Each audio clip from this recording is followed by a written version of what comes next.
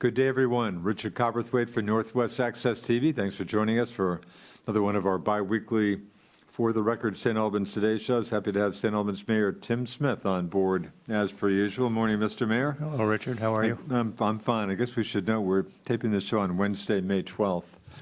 Out of curiosity, some big doings in Taylor Park yesterday. That would have been Tuesday, May 11th. I happened to walk in the park and saw them setting up for the National Guard deployment ceremony. I guess. Was there any publicity? I knew nothing about that ahead of time. I participated in that. I said a few words, and I sort of wondered that I don't think we as a city did a very good job of promoting it, whether it's on Facebook or otherwise. But when did you knew about that a while ago? Yeah, it's been on the calendar for a while. Yeah. I was a little unclear as to what it consisted of, but once we saw this, once I sat through the ceremony, it was very impressive. Yeah. What I shared in my comments was, we're fortunate to have the Armory here, the 1st Squadron, 172nd Cavalry Regiment is the official name. And they've been active with many things. Locally, they participate in Green Up Day, they being the National Guard. They help out with the Job Expo when we were doing that at the complex. Operation Happiness, vaccinations. I was going to say vaccinations at the complex. Yeah. And then prior to that, when COVID first had its impact, they set up a hospital situation at the complex as well. So we're fortunate to have them. They're off to for 10 months. Wow. And no specific info on where they were going. I think this group was going to Kosovo. Okay. So they were headed last night up to Jericho to the firing range where they spent the night. Then I believe they were off to Texas. Wow. So 10 months, huh? 10 months minimum. Wow.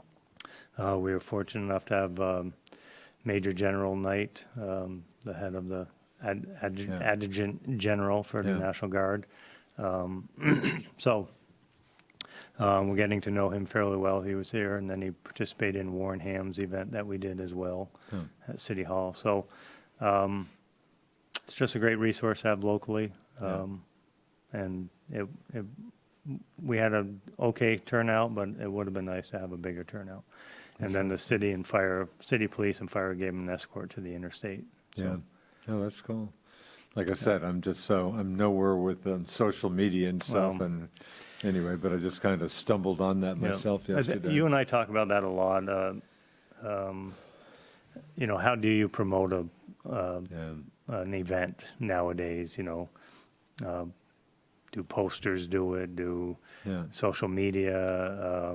And of course, the messenger these days down to 2 days. 2 days a week, and I think that really hurts the community a lot, in my opinion. I think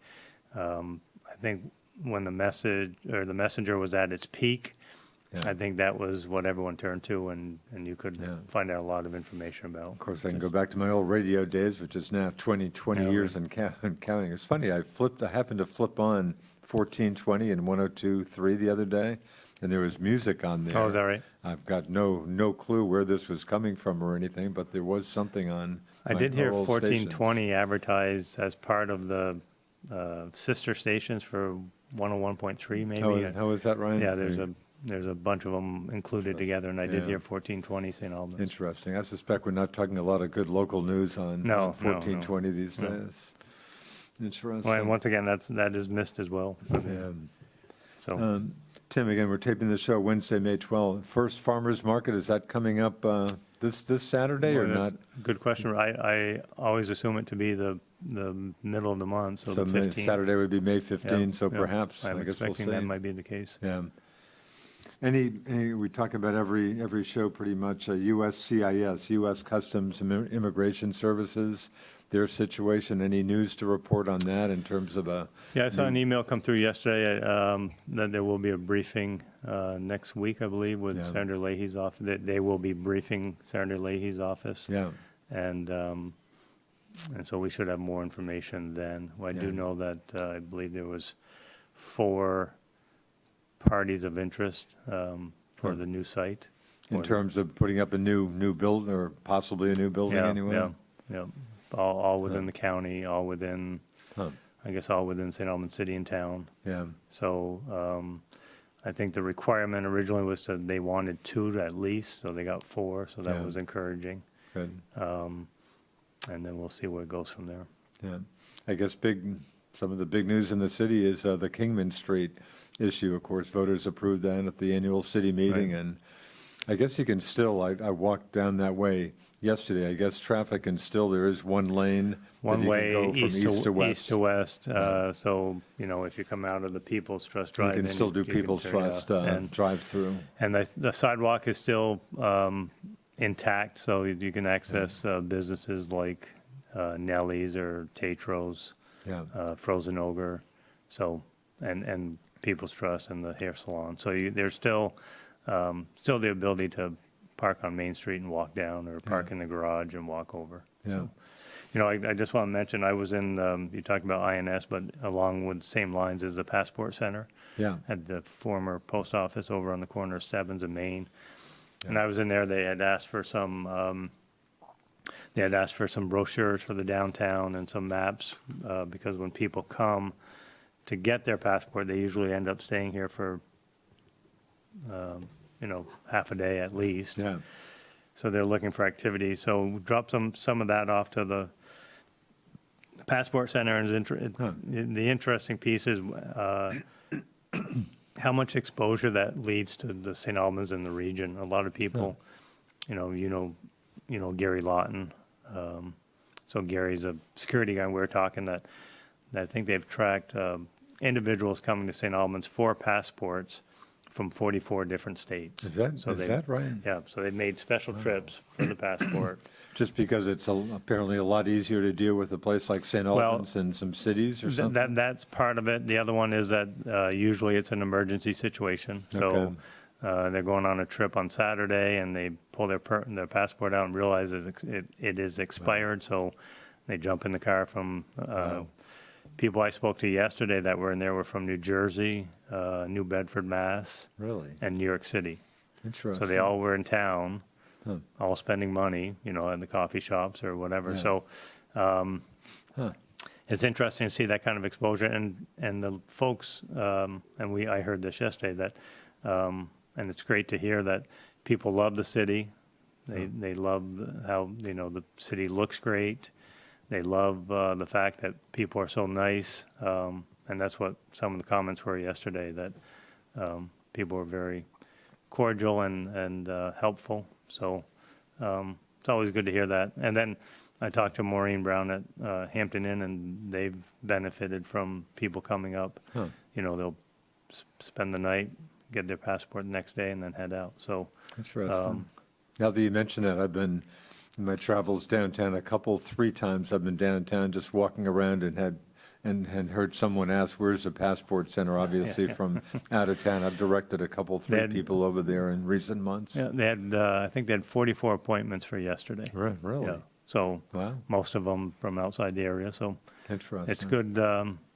It's good marketing, I guess, for the region. And so I actually dropped off some T-shirts to St. Albans T-shirts for Gary to hand out as Really? what I told him was make sure they give the password, which is you have a beautiful city, or you're so nice. Oh, you want a T-shirt? Huh, So, but interesting. it's it's something we forget about. Of course, the chamber office is nearby, but a chamber office, I'm not even sure, is that not even open to the public at this point? No, they are open They are open. now. They had some. Their hours were lessened during COVID for sure. Yeah. But now they, and that's where I went to get my brochures, was from the chamber Right. to drop off. So It's interesting.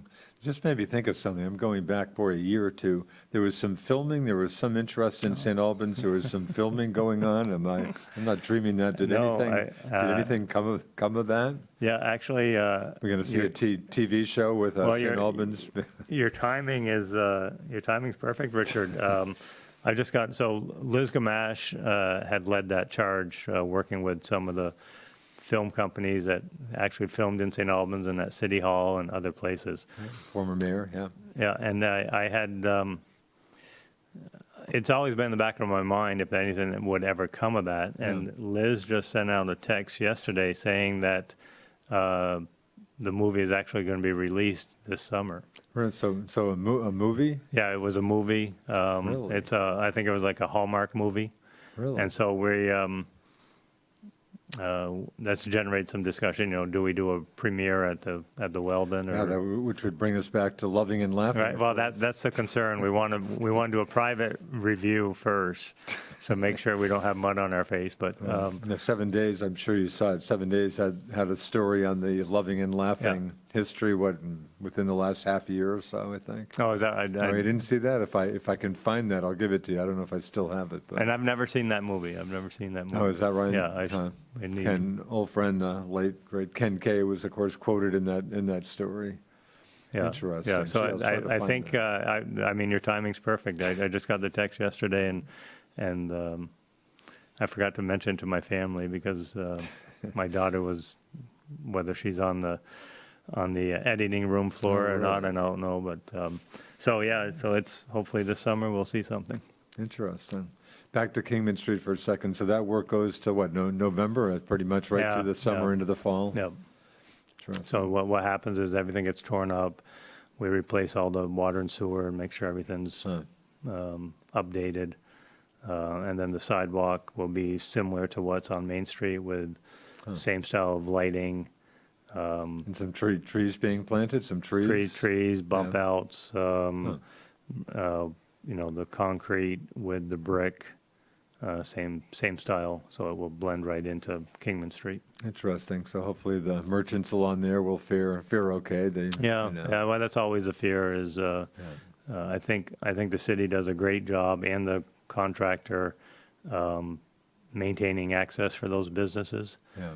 But sometimes, you know, it can be, people can be discouraged from making that attempt, you know, if things are torn up and where to park and all that. But hopefully, just like in the past year, people will continue to support those local businesses and get them over the hump, because I think in the long run, it'll be great for everyone. Yeah. Boy, I know that's been, Montreal seems like it's on a different planet these days with the border closed so long.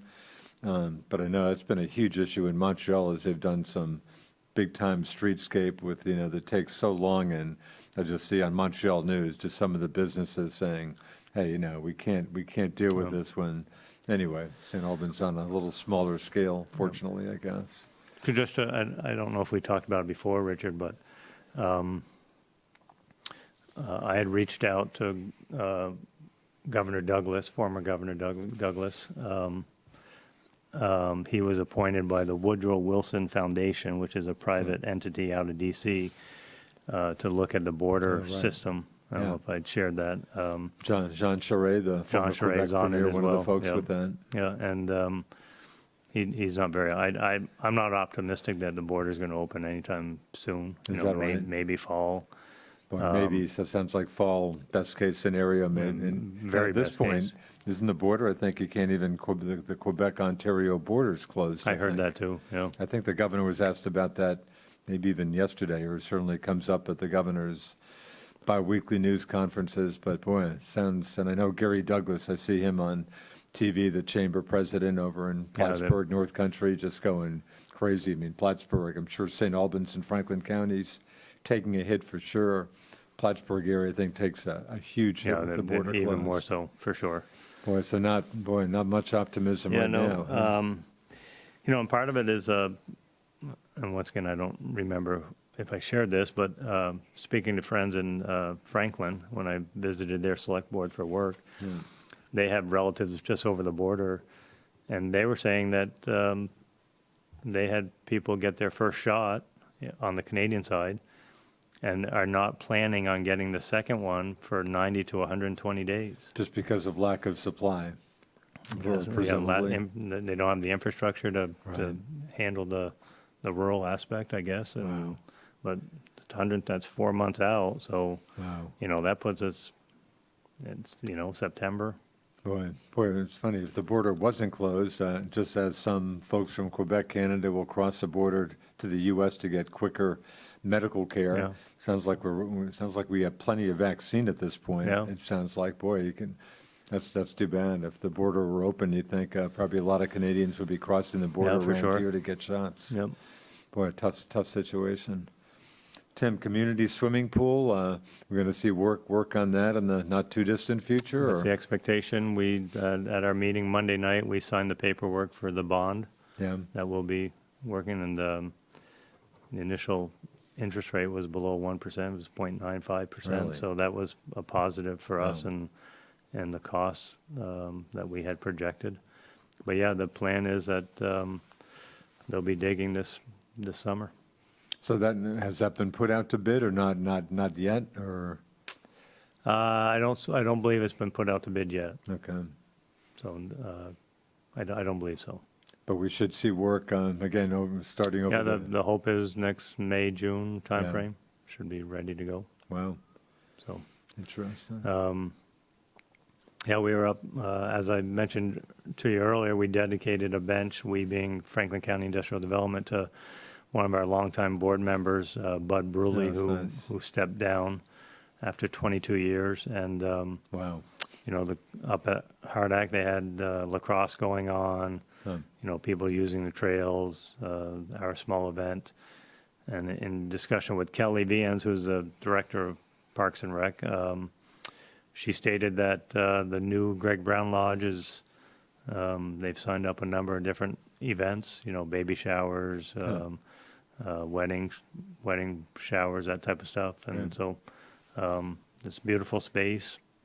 I would encourage people to get up and take a look at it. Can you get in there now? Is it open? Well, the rec offices are there.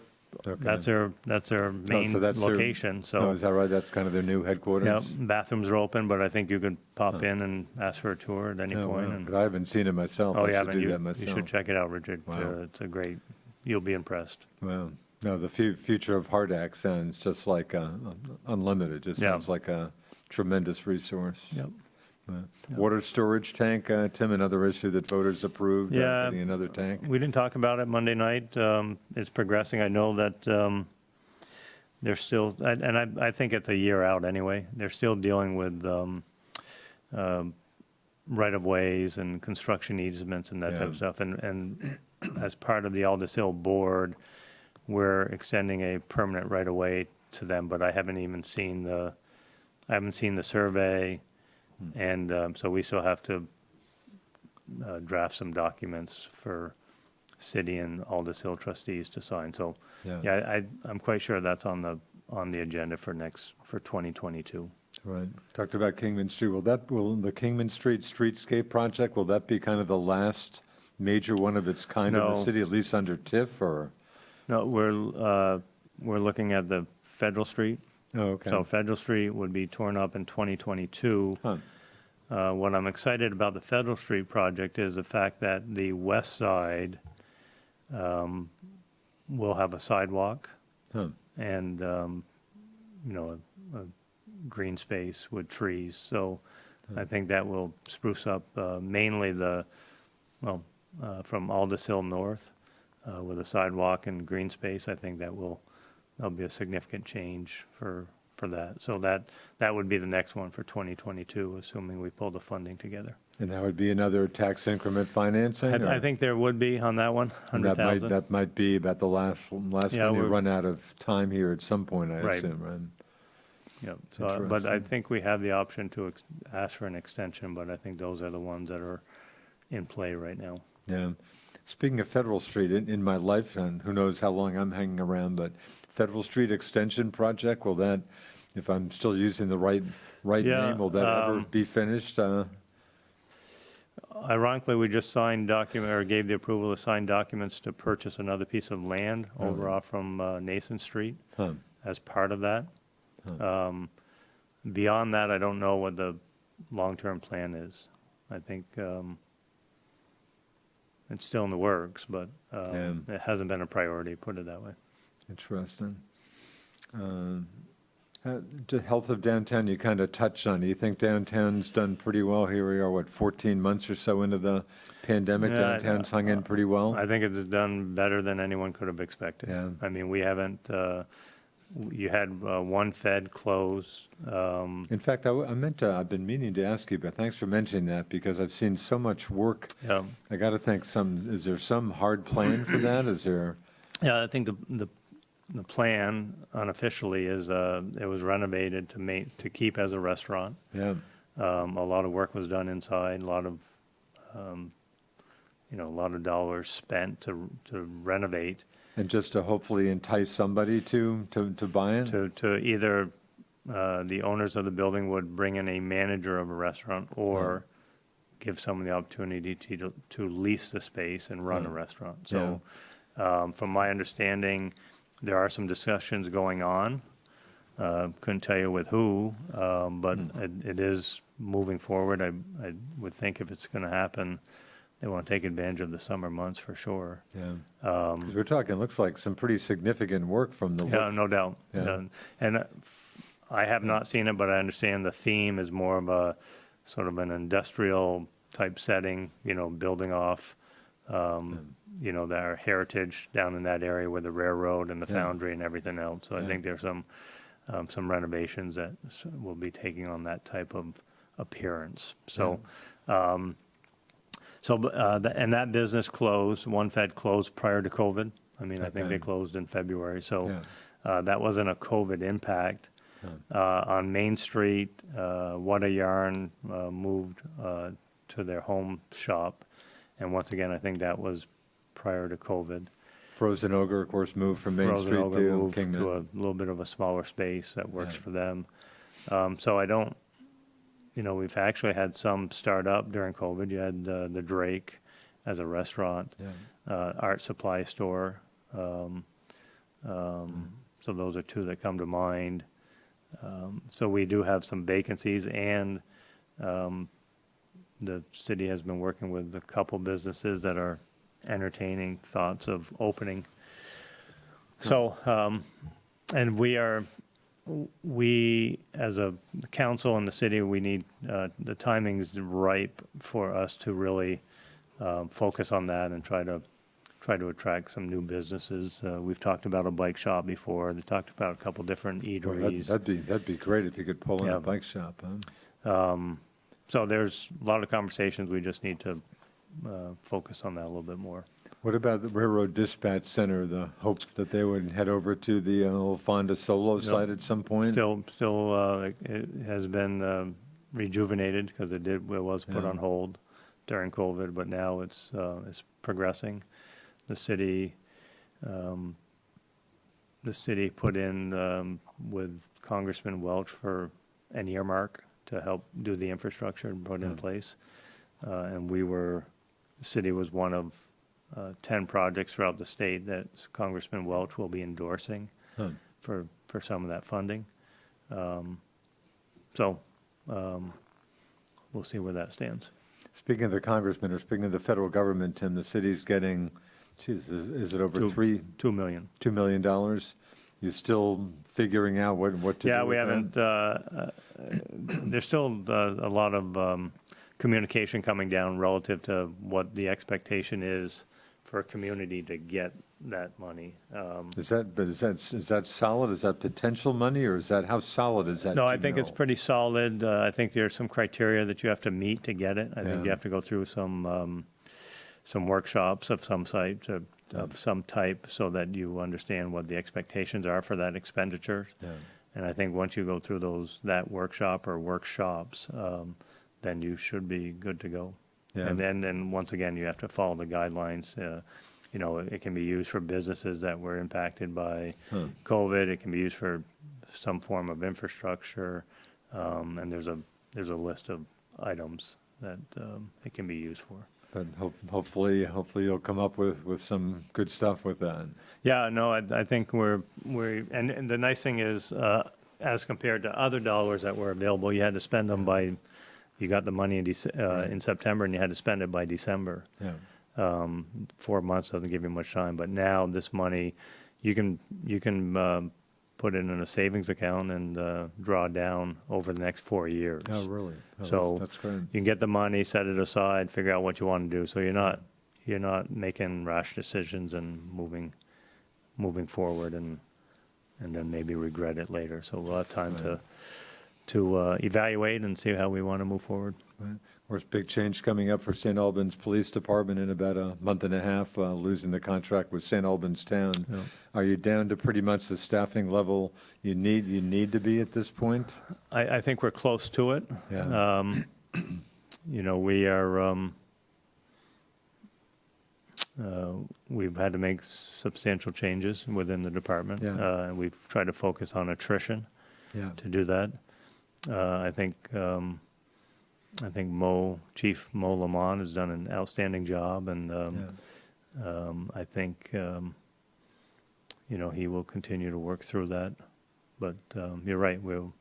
I think we go from 20 officers to 12. I think it Boy, was. it's significant, Significant, yeah. obviously. Yeah. Boy, I got to think any police officers who were laid off or whatever, if they're decent officers, you wouldn't think they'd have a tough time No. finding another job. No, I would not think so. And speaking of which, with your Franklin County Industrial Development Corporation, how we talk about labor shortage, I guess this week, finally, the state is putting back in the work search requirement for folks who've been getting unemployment. So I guess hopefully that'll free up a few more folks out there. But do you think that'll be significant? Or not I think it's a starting point. Yeah. I don't think it'll be significant. We were on a call the other day, and we use Downs, Racklin, Martin for the RDCs to keep us in touch with what's going on in the State House. And they had someone pop in and ask if they were hiring. It's a legal firm. They're not going to hire anyone off the Right. street. So, Yeah. there's ways for people to get around it if they want to. I think I heard John Dillon, the retiring longtime Vermont Public Radio reporter, very solid reporter, but I hadn't heard this from, and you would know this, I guess, but at one of the governor's press conferences, I think he talked about that issue and said, but if you're looking for a job, it has to be, you just have to get the same kind of job you had before. I guess I was thinking that any job that came up, you might have to consider taking. Is it you just after the same kind of job? Is it, you know about that? I didn't think that was the case. I hadn't heard that before, but I heard it from like one reporter right now. There's been discussion that the timing's right for this to have someone go in a different direction. Yeah. I mean, if there's a lot of training out there relative to manufacturing. So if you were a delivery driver before and you want to get Yeah. into manufacturing, I can't imagine that you would have to be, you would focus your energy on getting the similar job to what you had before. And again, the big companies you're dealing with around Franklin County, I mean, just about all these folks would kill for some more good workers at Yeah, this no point. doubt. I mean, skill set doesn't even come into play anymore, where it did maybe decades ago. Yeah, well trained if you're. Right, they're going to train anyone. Wow. Excuse me. And there's plenty of training out there. So if someone has the initiative, Yeah, they show up on a regular basis, on time, pass their drug test, I guess. pass a drug test is key. That's, you're going to make $18 an hour. Wow. I mean, 10, 12 years ago, that wage was $13 an hour, Wow. and it's not at 18 because the legislature, Right. dictates it. We It's- talked about that. It seems like even a moot issue. The legislature seems like they should have other things they Right. should be dealing There's with. no doubt. I mean, Yeah. if you want a job and make it, you can find a job. There's Yeah. no doubt about it. So, Well, on that note, we're out of time. Thanks for covering a lot of ground. Again, guesting with St. Albans Mayor Tim Smith, whose presence we appreciate, and I appreciate producer Roger Lindola doing all the hard work out there, and hopefully we'll see you again in a couple of weeks. Thanks for watching us here on Northwest Access.